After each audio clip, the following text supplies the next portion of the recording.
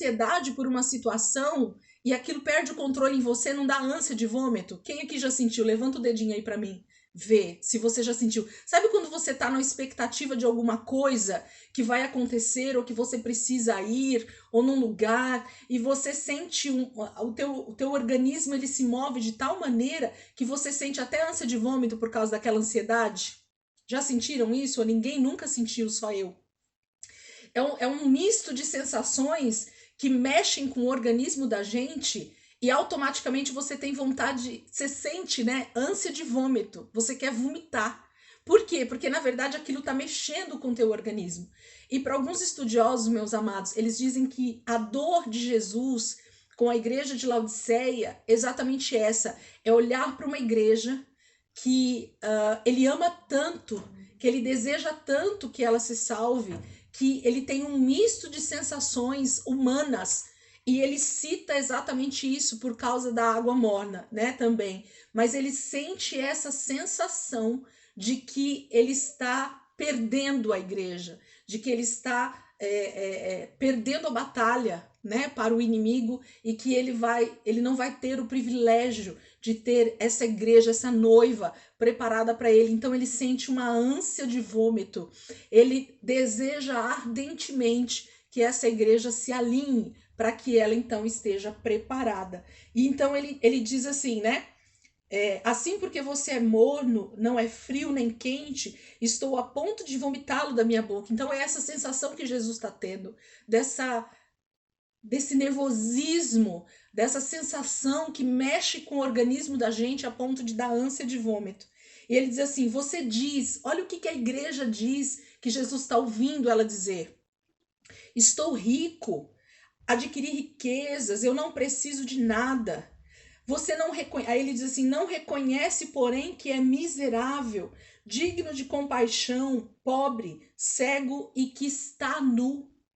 Então Jesus assim, eu estou ouvindo de vocês que vocês estão ricos, né? A igreja está dizendo, estou rico, adquiri riquezas e não preciso de nada. Jesus está dizendo que a igreja de Laodiceia, ela entrou num nível de mornidão, ela entrou num nível de estagnação espiritual e ela tá tão abastada das coisas desse mundo, ela tá tão confortável com a vida dela, que ela então diz isso para Jesus. Ela tem dito isso, talvez, nas suas orações, ou como ela nem tem orado, Jesus tem visto que a declaração dessa igreja é: estou rico, adquiri riquezas e eu não preciso de nada. Essa falta de dependência é algo terrível. E eu anotei algumas coisas aqui pra gente, se alguém quiser anotar. Essa palavra rico, no original, ela quer dizer abundantemente suprido. Então, quando a igreja está dizendo, eu vou pegar aqui o original da palavra para vocês verem, a palavra rico, no original do grego, é a palavra plousios, P-L-O-U-S-I-O-S, plousios, tá? Que é a palavra rico aqui usada em Apocalipse. Então, o que a igreja está dizendo? Eu sou abundantemente suprido. E quando eu digo abundantemente suprido, é não sentir a falta de nada. É estar pleno em si mesmo. É isso que a igreja está dizendo. Ela não está dizendo sobre simplesmente uma riqueza de bens materiais, mas o que a igreja de Laodiceia está dizendo, que Jesus está dizendo que ela tem dito é: eu estou rico, eu estou abundantemente suprido. Então ela está dizendo para Jesus assim: Jesus, eu não preciso do Senhor para ser pleno. Eu não preciso do Senhor para me sentir bem.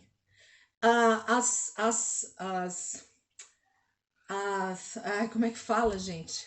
As teorias, né, ou as teologias aí que a gente ouve de que o homem ele deve se amar, eu devo amar a mim mesmo e eu devo ser feliz porque eu mereço. Toda essa teologia de que o homem ele deve servir a si mesmo, ele vai gerar esse tipo de igreja, que é uma igreja que ela se sente abundantemente suprido.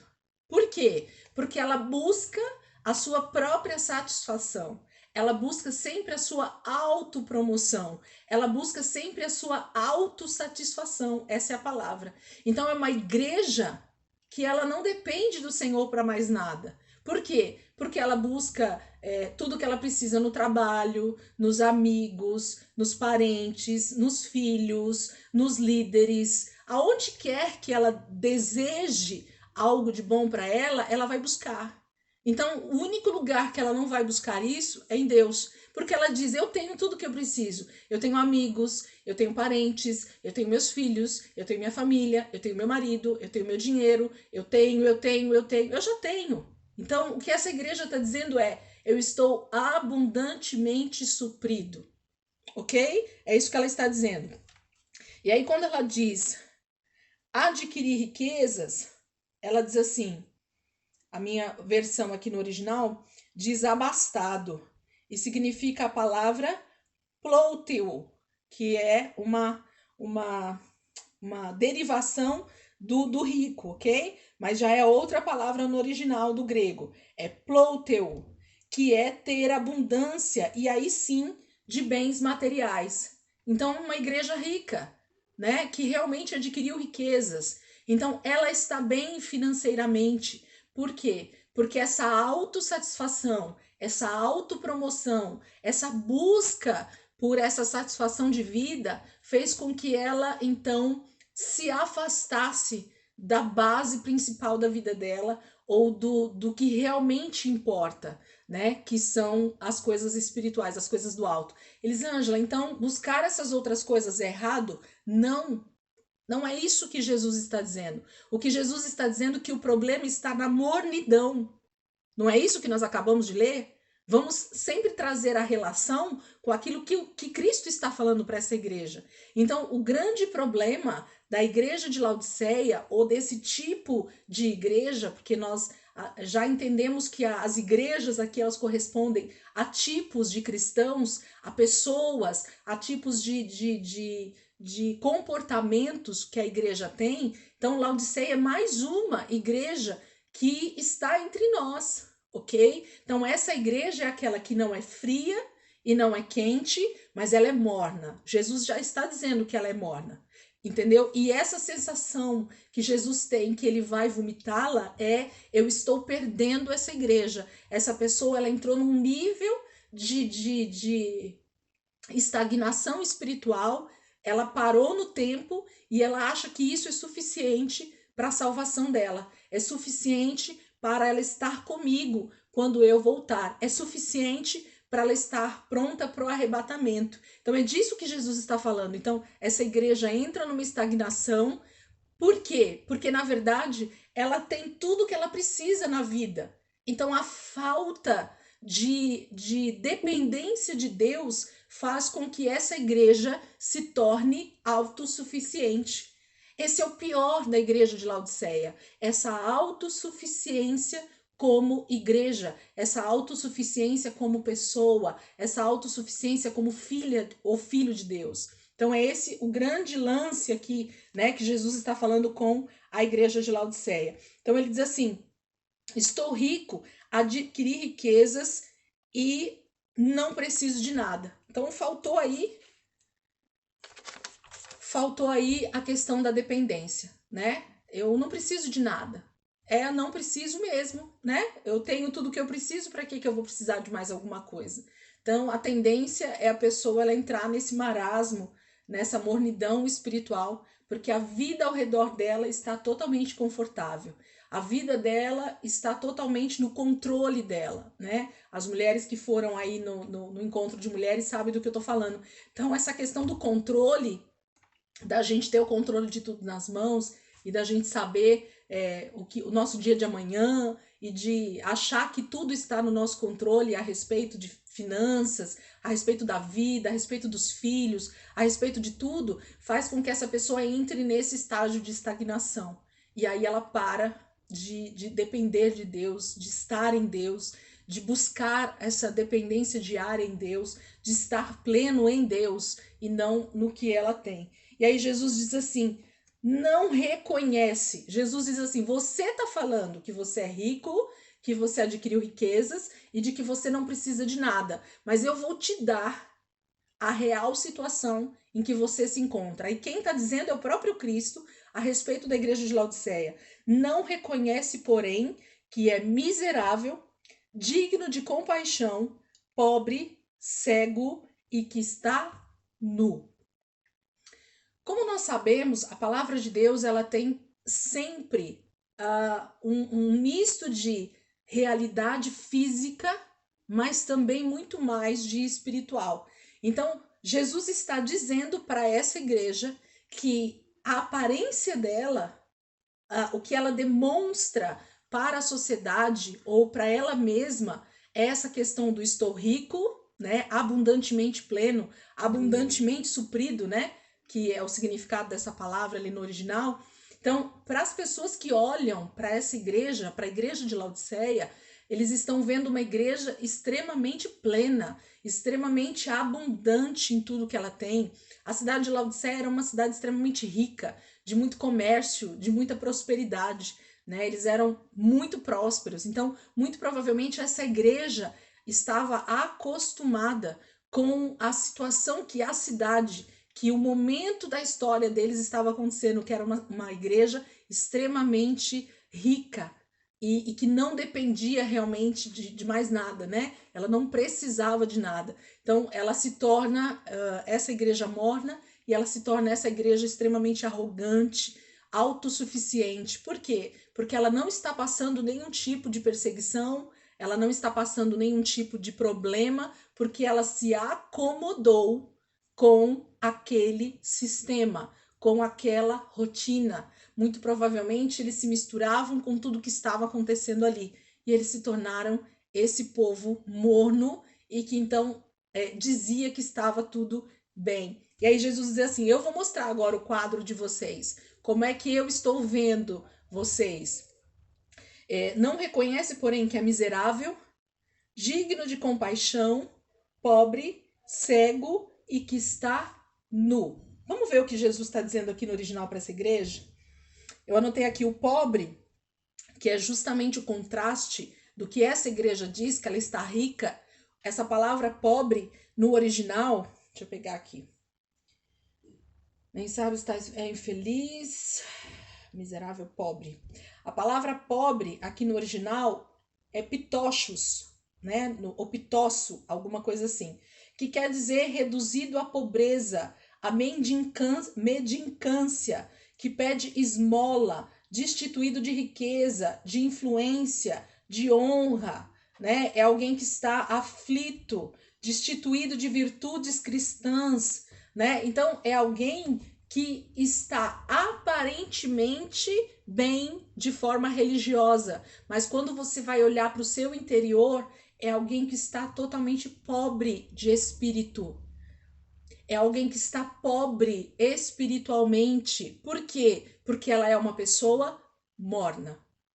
Ela nem é frio e nem é quente, mas ela entrou nesse estágio de mornidão. Ela entrou nesse estágio de letargia. Eu gosto muito dessa palavra, que é aquela pessoa que, sabe assim, ai, tá bom, ai, que bênção, né? E a vida dela tá tão, ao redor dela tá tão boa, que ela entra nesse estado de não tô nem aí, de tá tudo certo, né? De tá tudo bom, a minha vida é uma bênção. E ela vai levando a vida dela de cristão, né? Os problemas não me atingem, a minha vida financeira supre todas as minhas necessidades e eu vou levando a minha vida dessa forma. Mas Jesus diz assim: eu reconheço vocês e vocês são miserável, digno de compaixão.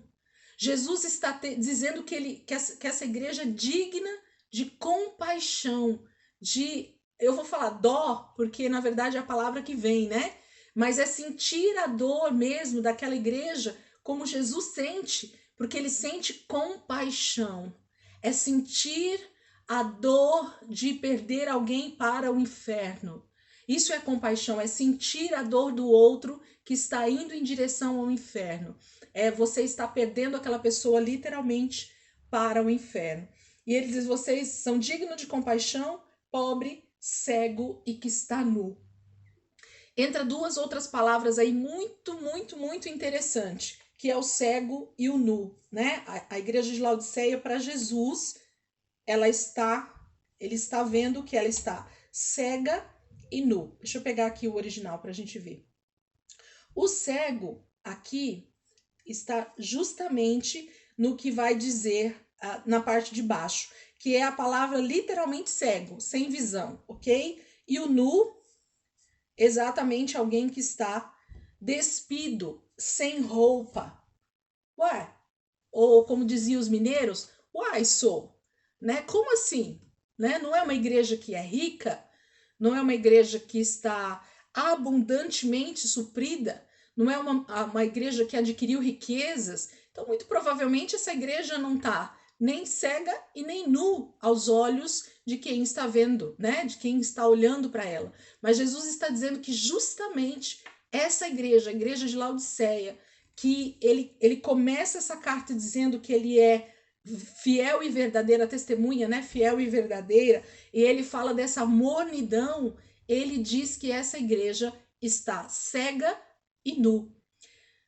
O povo de Israel, no Velho Testamento, a gente vê citar diversas vezes essa questão da cegueira espiritual, principalmente, né? E o que Deus geralmente estava querendo dizer ou estava dizendo para essa igreja? Gente, eu vou fechar e eu vou falar sobre as duas coisas na aula seguinte. Vou fechar um segundo, já entrem para a gente continuar o raciocínio, tá bom? Para eu não perder o raciocínio aqui que vai fechar a aula.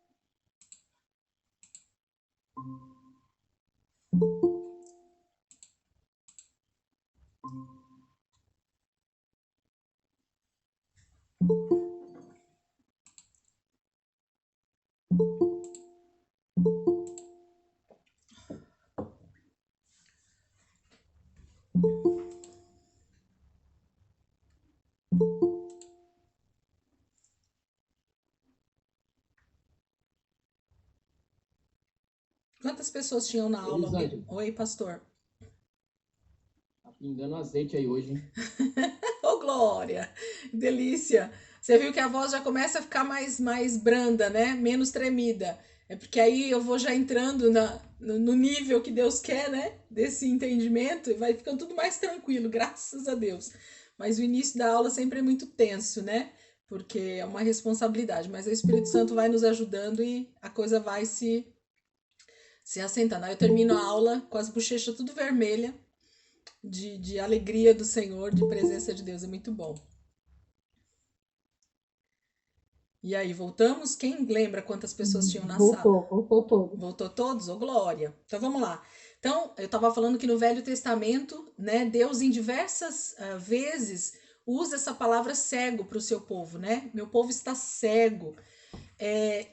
E essa cegueira diz respeito a realmente a falta de discernimento espiritual das coisas de Deus, né?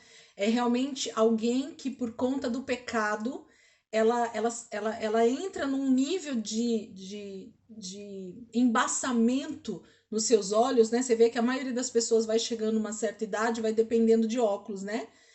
Mais precisamente aqui a professora agora entrou nesse nível, né? Rê também, mais alguns aí. Então, o que é isso? O nível de idade vai chegando, desgaste, né, das cordas, eu não sei explicar essa questão oftalmológica aqui, mas vai tendo um desgaste e a gente vai precisando então das lentes corretivas, né? E no nível espiritual não é diferente. Você vê que Jesus cita justamente essa questão da cegueira para uma igreja que entrou num nível de mornidão.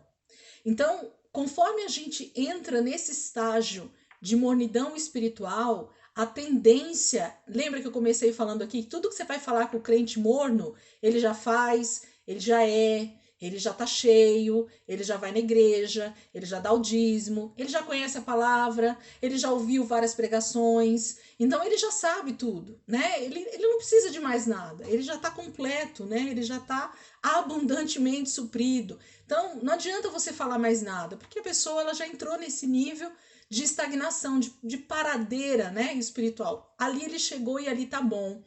E Jesus diz então que essa pessoa tá cega. Por quê? Porque na verdade as coisas de Deus, elas são todos os dias desvendadas para nós. Todos os dias o Senhor tem algo novo para nós.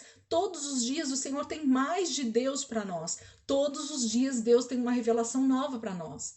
Então, o cristão que entra nessa falta de dependência de Deus, ele automaticamente ele vai deixando de enxergar o mais de Deus na vida dele. Ele vai deixando de enxergar as coisas no nível que Deus quer que ele enxergue. Ele vai deixando de receber muito mais do que Deus tem para a vida dele, porque ele fica morno.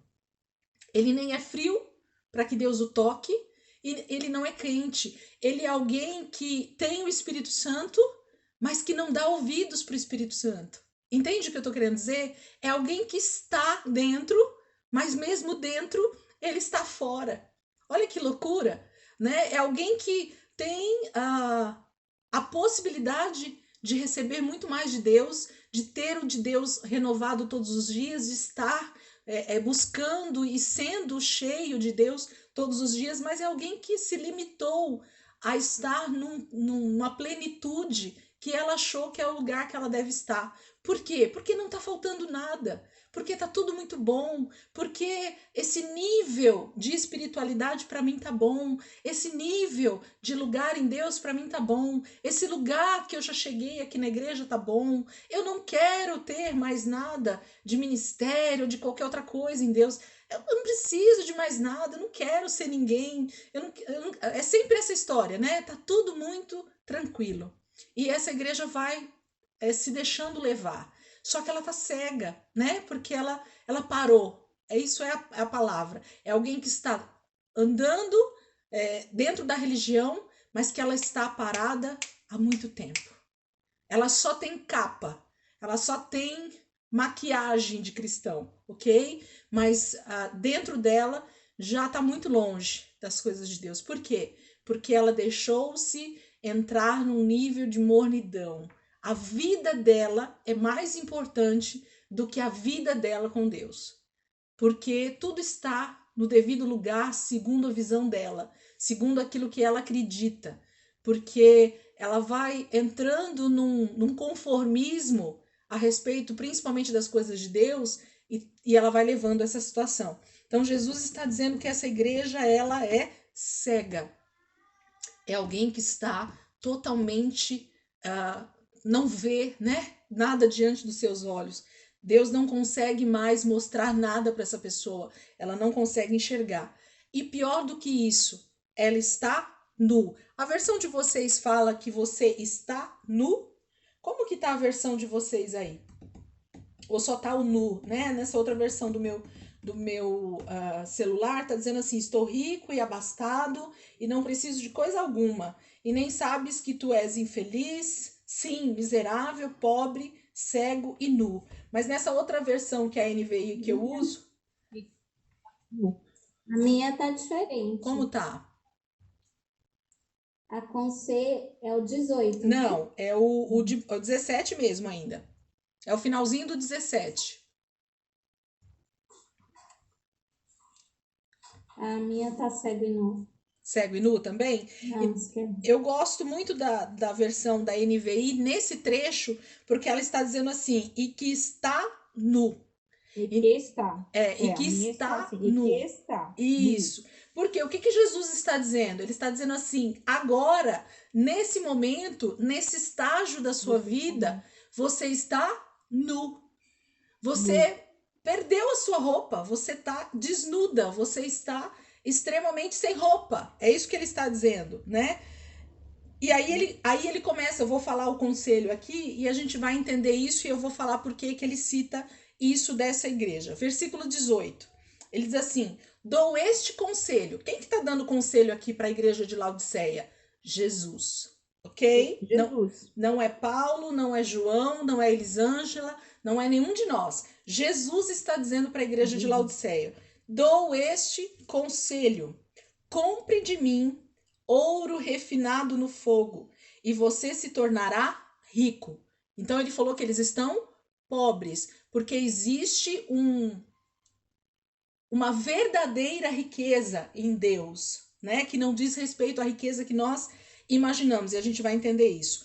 Compre roupas brancas e vista-se para cobrir a sua vergonhosa nudez.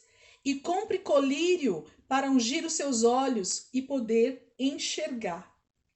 Então Jesus dá o conselho agora para essa igreja que ele acabou de falar, que ela é miserável, pobre, digno de compaixão, cego e que está nu. Então ele diz como essa igreja está, ele está dizendo o estado dessa igreja, e ele é a testemunha fiel e verdadeira. Então o que ele está falando é uma realidade espiritual sobre essa igreja. E aí ele fala: vou te dar um conselho. Por que ele vai dar um conselho? Justamente por causa do versículo 19 que eu falei para vocês. Eu já vou falar sobre o 18. Repreendo e disciplino aqueles que eu amo. Lembra que eu falei que Jesus não está querendo vomitar ninguém porque ele odeia a igreja?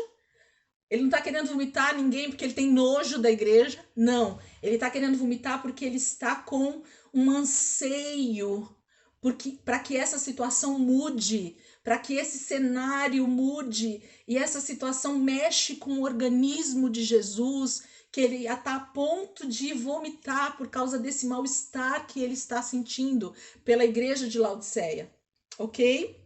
Então é disso que ele está falando. Por quê? Porque eu repreendo, versículo 19, e disciplino aqueles que eu amo. Então, com quem Jesus está falando tudo isso e por que ele está falando tudo isso? É porque ele não ama a igreja de Laodiceia? Não. É justamente porque ele ama que ele está disciplinando e repreendendo. Por isso que ele está corrigindo, por isso que ele está alertando, por isso que ele está trazendo uma carta para esse tipo de igreja, mostrando qual é a situação que ela está e dizendo: eu te dou um conselho. Por que eu estou te dando esse conselho, Laodiceia? Porque eu repreendo e disciplino a quem eu amo. Então eu te amo com um amor inestimável, com um amor que não existe em nenhum lugar da terra. É por isso que eu estou te repreendendo e disciplinando. E aí Jesus, então, vamos falar sobre o conselho que ele dá. Ele diz assim: dou este conselho, compre de mim ouro refinado no fogo e você se tornará rico. Amados, vou ser bem sincera para vocês. Eu meditei nesse versículo durante talvez meses. E não foi agora para esse estudo, não. Foi bem antes, já quando eu comecei a estudar escatologia, e às vezes eu vinha para esse texto e eu falava assim: Jesus. E aí eu fui atrás de pessoas que me ensinaram um pouco sobre esse versículo. Como assim comprar do Senhor ouro refinado no fogo? A pergunta que eu fiz para um amigo foi assim: qual é a moeda de troca do céu? Qual é a moeda de transação com o céu, com Jesus? Porque Jesus está dizendo: compre de mim ouro refinado no fogo. Ele não está mandando comprar? Ou eu estou lendo errado aqui na minha Bíblia e na Bíblia de vocês está outra coisa? Compre de mim ouro refinado no fogo. E aí você vai se tornar rico, ok?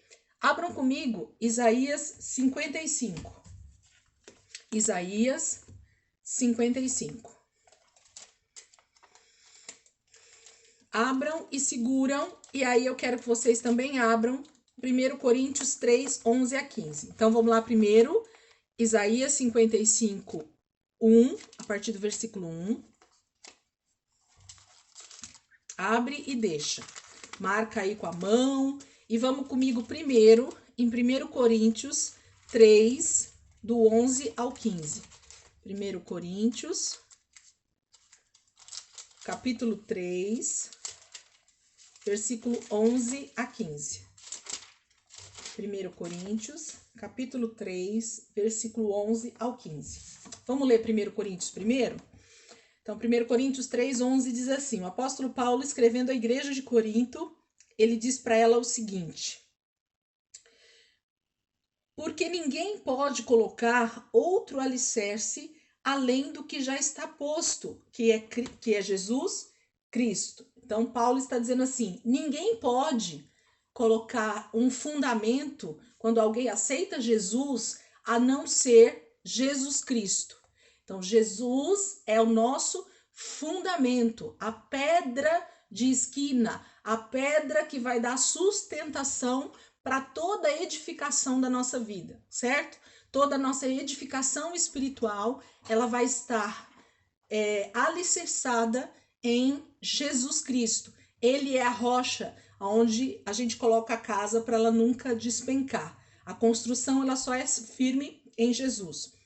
Versículo 12. Se alguém constrói sobre esse alicerce usando ouro, prata, pedras preciosas, madeira, feno ou palha, sua obra será mostrada, porque o dia, esse dia está com letra minúscula ou letra maiúscula? Maiúscula, Rê, obrigada. Quem mais? Tem um D com letra maiúscula aí. Nesse dia, joia, pastor? Marcos, legal. Pastor Edson, tá com dia, letra maiúscula aí também? Adailton, letra maiúscula? Tá minúscula. Seu Claudinha tá minúscula? A impressora, né? Da gráfica, infelizmente, na hora de fazer a Bíblia, deixou aí com letra minúscula. Mas esse dia aí é letra maiúscula. Então, de que dia tá falando? Do dia do Senhor, da volta de Jesus, ok? Vamos lá. Versículo 13. Sua obra será mostrada, porque o dia a trará a luz, pois será revelada pelo fogo, que provará a qualidade da obra de cada um. Versículo 14. Se o que alguém construiu permanecer, esse receberá recompensa. Se o que alguém construiu se queimar, esse sofrerá prejuízo. Contudo, será salvo como alguém que escapa através do fogo. Confundiu alguém? Ou só eu que ficava confusa lendo esse versículo? E a gente só vai entender conforme as coisas vão se ligando.